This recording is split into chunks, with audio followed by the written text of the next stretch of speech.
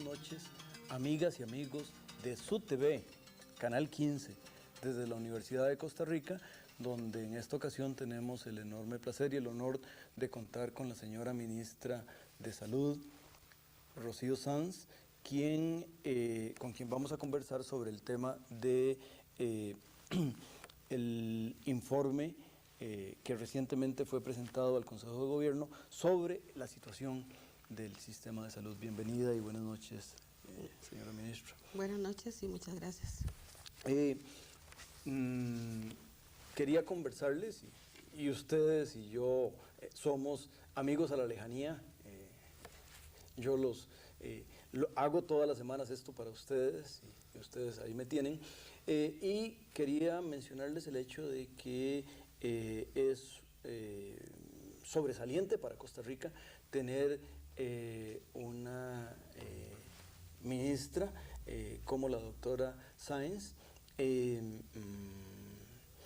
Podría decirse que la doctora estudió para ministra. Tiene un perfil, el perfil ideal, además de ser médico. Ella tiene una especialidad en salud pública y las tareas desde la época en que trabajaba en Puriscal con temas sobre nutrición y otras cosas. Tiene todo un perfil que la ha llevado a este tema, y entonces ahora en el ministerio, y el ministerio es el cabeza de sector, tiene la función de rectoría en un sector integrado también por la Caja Costarricense de Seguro Social, el Instituto Nacional de Seguros, Acueductos y Alcantarillado, el subsector privado, los otros actores sociales y las universidades. Y este sistema plantea una serie de realidades que de alguna manera están asociadas con unos datos del perfil del país, y partimos de un contexto demográfico y epidemiológico. Cuéntenos, doctora, básicamente cuáles son las ideas alrededor de este análisis del sector y cuál es ese punto de arranque. Bueno, básicamente el análisis del sector salud parte de una definición primero de lo que es el sector salud, ¿verdad? Para saber cuál es el marco de abordaje, partiendo de que la salud es un producto social y que por lo tanto es muy importante definir, bueno, cuáles son esas instituciones del sector, como usted bien las mencionó, la Caja, el AIA, el Ministerio de Salud, las universidades y los otros que usted citó. El otro punto con el que nosotros partimos es, bueno, cuáles son las necesidades colectivas de la población, o digamos cuál es el perfil de salud de la población. Y luego se hace un análisis de la respuesta que el país ofrece para esa problemática y identificamos, digamos, los retos y los desafíos que se plantea a nivel del país. Básicamente a nivel del perfil epidemiológico, hace bastantes años venimos nosotros hablando de que el perfil de país es un perfil que no se parece al de los países pobres, que cada vez es un perfil más de enfermedades crónicas, que el perfil demográfico se ve un crecimiento importante porcentualmente y numéricamente de la población mayor de 65 años, con una esperanza de vida al nacer bastante importante, arriba de los 70 años, con una diferencia entre hombres y mujeres que ha ido aumentando, en este momento está en 5.4 años. Cada día es más cierto lo de que la mujer es el sexo fuerte. Bueno, esa es parte de la discusión de por qué las mujeres vivimos un poco más. Después podríamos discutir un poquito más ese tema, pero lo que si bien es cierto y que lo han descrito los investigadores en esa área, son las capacidades adaptativas que tiene la mujer, y que en ese sentido ese podría ser unos elementos de esa diferencia. El otro punto es del que nosotros podemos partir, es del análisis de ciertas patologías o ciertos grupos de edad. Por ejemplo, la mortalidad infantil. Cuando nosotros hacemos el análisis de la mortalidad infantil, nos damos cuenta que el porcentaje de muertes infantiles causadas por enfermedades que ocurren en el primer mes y especialmente en el primer día, es decir, que fallecen en el primer día, y que el siguiente grupo son de los que fallecen en el primer mes y los que fallecen entre el primer mes y antes del año son menos. Cada una de esas, digamos, diferencias en las edades marca ciertas diferencias también de intervención. Las enfermedades más relacionadas entre el mes y el año de edad están relacionadas a las enfermedades infecciosas, en donde ahí, si bien Costa Rica ha tenido una reducción importante, creemos que todavía podemos hacer un esfuerzo significativo para disminuir las causas de muerte por infecciones respiratorias agudas y diarreas, básicamente. Que las intervenciones en el primer día de nacido van a estar más relacionadas a la mejoría en la atención del parto y del recién nacido. Y que las enfermedades más relacionadas entre ese primer día y el mes de edad, algunas de ellas están relacionadas también a malformaciones congénitas y a problemas de difícil prevención. Entonces, ahí tenemos, digamos, un área importante de abordaje que se trata en el análisis del sector. El otro tema que tiene que ver también con mortalidad es la mortalidad materna. La mortalidad materna, más o menos en Costa Rica, tenemos por número alrededor de 29 muertes maternas en el país desde hace varios años, y después de varios análisis hemos visto que algunas de ellas pueden ser evitables y prevenibles y que por lo tanto ahí debemos de hacer un esfuerzo, que hay áreas geográficas en el país donde se está concentrando estas muertes maternas y que por lo tanto debemos de focalizar ahí algunas de las intervenciones. Y el último tema con el perfil está relacionado a nivel general, después podemos hablar de algunos temas más específicos, es precisamente las muertes por enfermedades cardiovasculares, por cáncer y por accidentes de tránsito. Eso definitivamente, si hace 20 años estábamos hablando de que Costa Rica está en una modificación del perfil epidemiológico, nosotros podríamos decir el día de hoy que Costa Rica tiene un perfil epidemiológico consolidado con mayor peso de las enfermedades crónicas. ¿Y eso de alguna manera repercute en la pirámide poblacional,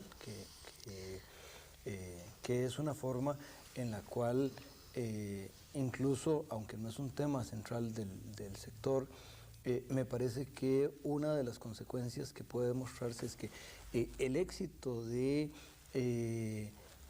los éxitos en salud le están creando un problema fiscal al país porque nuestras leyes de jubilación estaban previstas para que la gente no alcanzara edades tan altas y entonces están en el largo plazo financiadas y buena parte del asunto está en el perfil demográfico, ¿no es cierto? No, totalmente de acuerdo. Es interesante porque analizando los problemas de salud, nosotros decíamos los problemas de salud no se acaban, se transforman.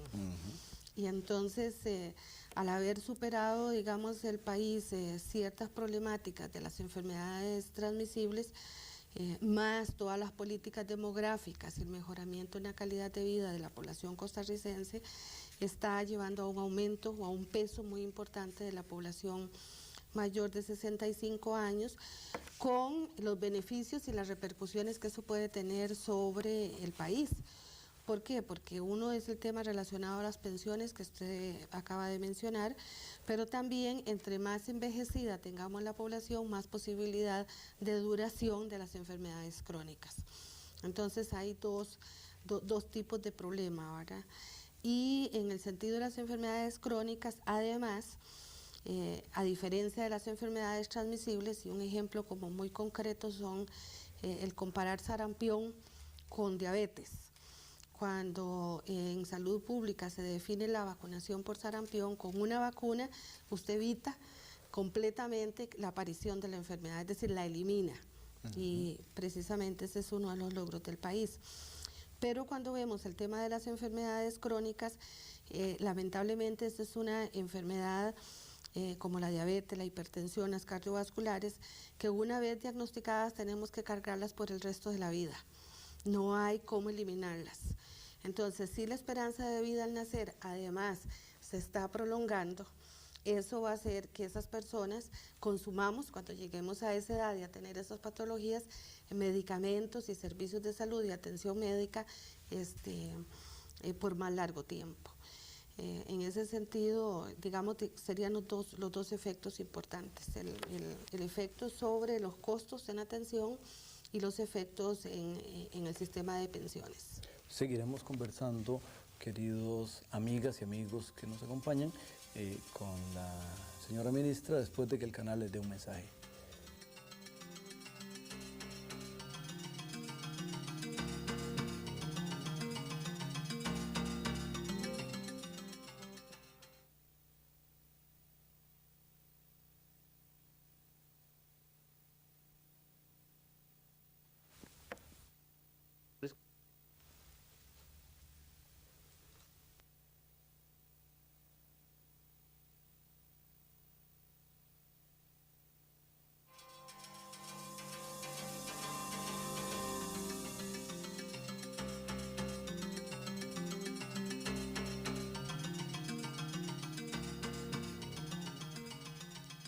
Estábamos conversando, amigas y amigos que nos acompañan esta noche, con la señora ministra de Salud, y estábamos conversando un poco sobre las enfermedades, distintas consecuencias de distintas enfermedades, pero hay también nuevas enfermedades y tal vez el SIDA es la más publicitada y la más destacada. ¿Qué ese diagnóstico del sistema ha mostrado en el caso del SIDA, doctora? Bueno, básicamente que el primer caso en el país, digamos, o la transmisión interna del país se da en el 86, a pesar de que es una enfermedad que es descrita por primera vez en el 83, que el mayor porcentaje de la población actualmente infectada, que es alrededor de 2.000 casos, más de 2.000 casos, todavía sigue predominando un porcentaje importante en los homosexuales, que a nivel de los heterosexuales es el 25% de los casos, en los bisexuales el 16%, con una relación de hombre-mujer de 7:1, y que la mayoría de los casos están en la edad reproductiva, es decir, alrededor de los 35 años.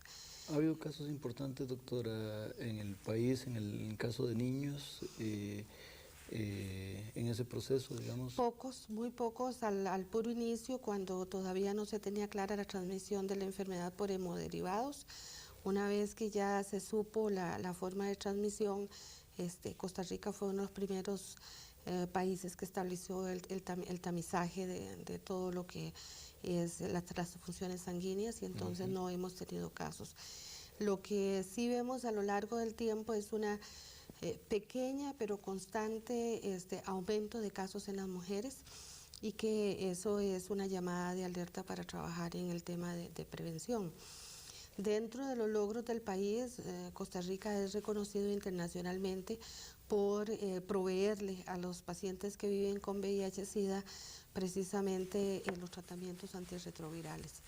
Pero en ese sentido tenemos una llamada de atención a mejorar todo lo que es relacionado a la prevención y a la promoción de estilos de vida saludables para disminuir la incidencia de esta enfermedad. Costa Rica es catalogado como uno de los países con una incidencia relativamente baja de esta enfermedad, sobre todo si lo comparamos con Centroamérica, en donde tenemos Honduras con una de las tasas más altas. Hay un planteado ese diagnóstico, esa mirada de lo que había en el horizonte, que además, por lo menos con esta seriedad y con este nivel profundo de análisis, yo no lo conocía en el sector, nunca había visto un trabajo así de completo para el caso de Costa Rica. Una de las primeras cosas que surge posterior a ese análisis sería un poco la situación de la organización y el funcionamiento del sector. ¿Cómo sale ese análisis sectorial, doctora? Bueno, básicamente a nivel de la organización podríamos decir que el sector salud es un sector bastante complejo, con varias instituciones, varios programas con diferentes actores, que en este proceso de transformación del Estado hay roles que todavía faltan por definir más claramente, que la rectoría del sector salud todavía no la podemos ejercer plenamente, que hacen falta algunas herramientas de tipo jurídico básicamente. La reforma está incompleta, a pesar de que tenemos 10 años de estar en el proceso de reforma, todavía es un proceso en construcción. Costa Rica es el único país de América Latina que ha avanzado en los procesos, en el cual ha definido claramente una política del aseguramiento, ¿verdad?, delegado en este caso en la Seguridad Social, y una política de la rectoría designada en el Ministerio de Salud, cuya funcionalidad está alrededor de la regulación sanitaria. Además, todavía tenemos frágiles mecanismos de regulación. Tenemos una tendencia todavía a una planificación cortoplacista, no a una planificación a largo plazo en el sector salud.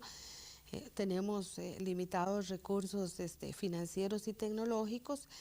Persiste un centralismo a nivel de las instituciones todavía, que creemos que es muy importante, y todavía nos hace falta avanzar un poquito más en una estructura que responda a las necesidades de la población más que a la oferta, ¿verdad?, que realmente volcarnos un poquito más hacia la población, y que operativamente hay un problema que hace años venimos conversando con él y todavía está dado, es que tenemos diferentes regionalizaciones al interior de las instituciones del sector. En unas prevalece la regionalización de Mideplan, en otros prevalecen más criterios de acceso a los servicios de salud, y eso hace que a la hora del ejercicio de la rectoría en los diferentes niveles de atención sean, o más bien niveles de gestión, tenga sus dificultades operativas. En ese sentido me parece importante todo este ejercicio y hacerlo al inicio de un proceso de gobierno, es decir, todavía estamos en el primer año de la administración, porque permite focalizar y orientar hacia, después de esta detección temprana, entonces, para usar un tema del sector, entonces las intervenciones pueden ser, hay 3 años para continuar en esto, que me parece a mí que la política de salud en este país afortunadamente tiene muchos elementos de política de Estado más que de política de gobierno. Yo creo que hay un elemento importante de ese éxito, pero me parece que ese tema de la rectoría es central en ese proceso, y usted como ministra estoy seguro que tiene cosas que decirnos sobre la problemática de la rectoría.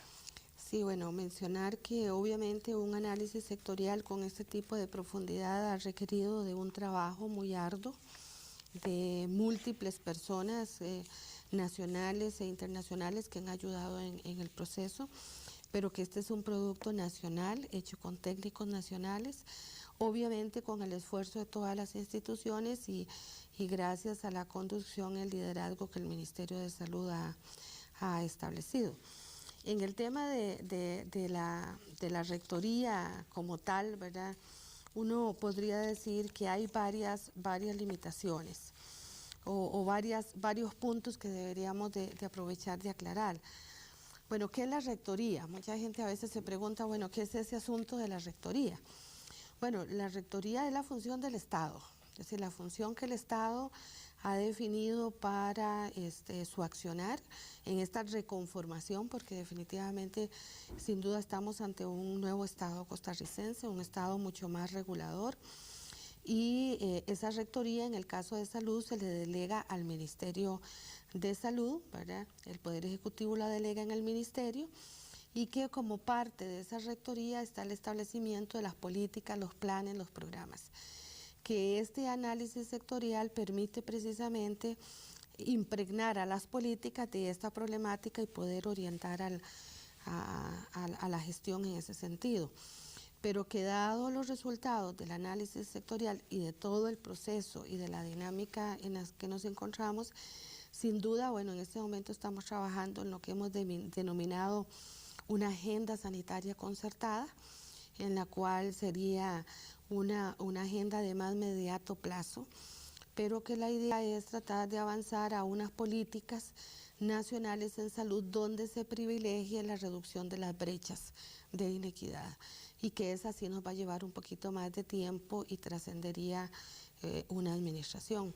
Claro, de alguna manera y un poco para los televidentes que lo capten, en algún sentido podría ser acercar a Talamanca, al cantón de Talamanca, al cantón de Belén, para usar los dos contrastes de nuestro sistema de indicadores sociales, ya no únicamente en salud, pero entonces, como no somos geólogos, ese es un tema con el que ese tema y otros estarán con nosotros después de que el canal les dé un mensaje.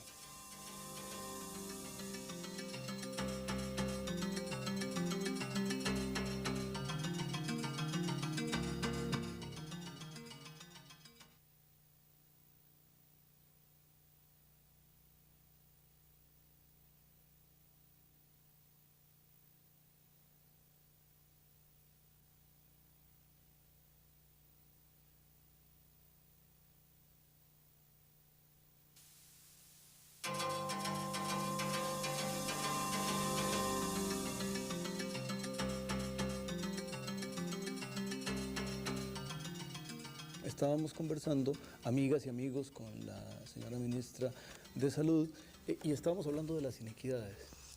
Sí, bueno, básicamente Costa Rica ha sido uno de los países que ha avanzado más en esa materia, y de hecho ha sido gracias a esos procesos de políticas que han sido políticas de Estado y no solo políticas de gobierno, sin duda. Pero eso no quiere decir que todavía tenemos algunas brechas que debemos de acercarnos.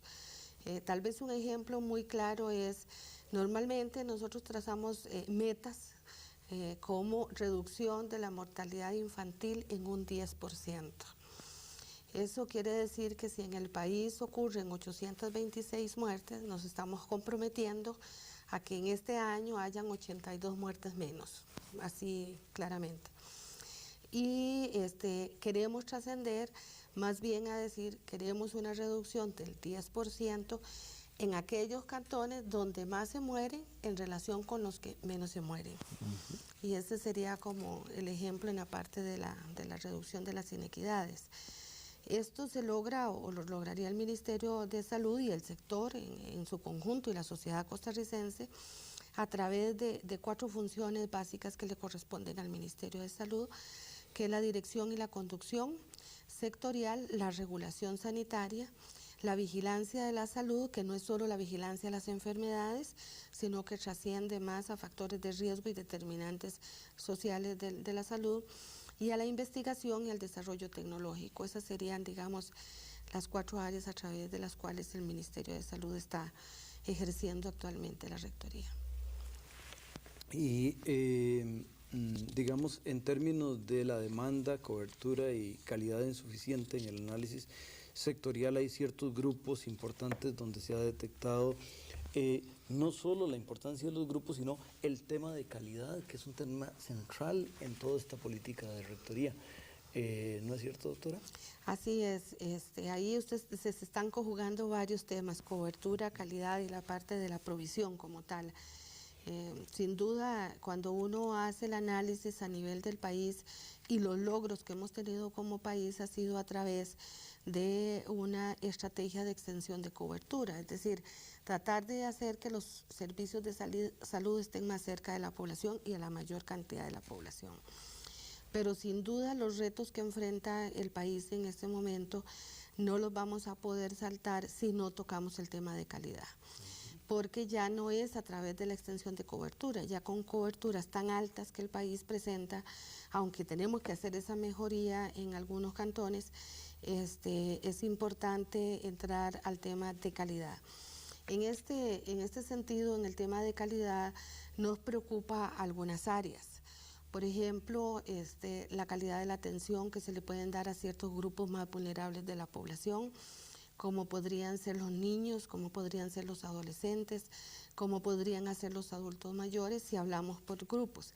Si hablamos de enfermedades, por ejemplo, el asunto de la atención de la calidad, por ejemplo, en el diabético, que es muy importante para la calidad de vida del paciente y no solamente para la sobrevida, porque sabemos que un paciente o una persona con diabetes, si no aseguramos una adecuada atención y la calidad de los mismos, estamos afectando sus posibilidades de vida y de independencia. Pues en ese espíritu queremos aquí desde el canal agradecerle la presencia, desearle muchos éxitos en la rectoría del sector que es tan importante para nosotros, y la Universidad de Costa Rica está con usted y con todo el sistema. Buenas noches, queridos televidentes y queridas televidentes.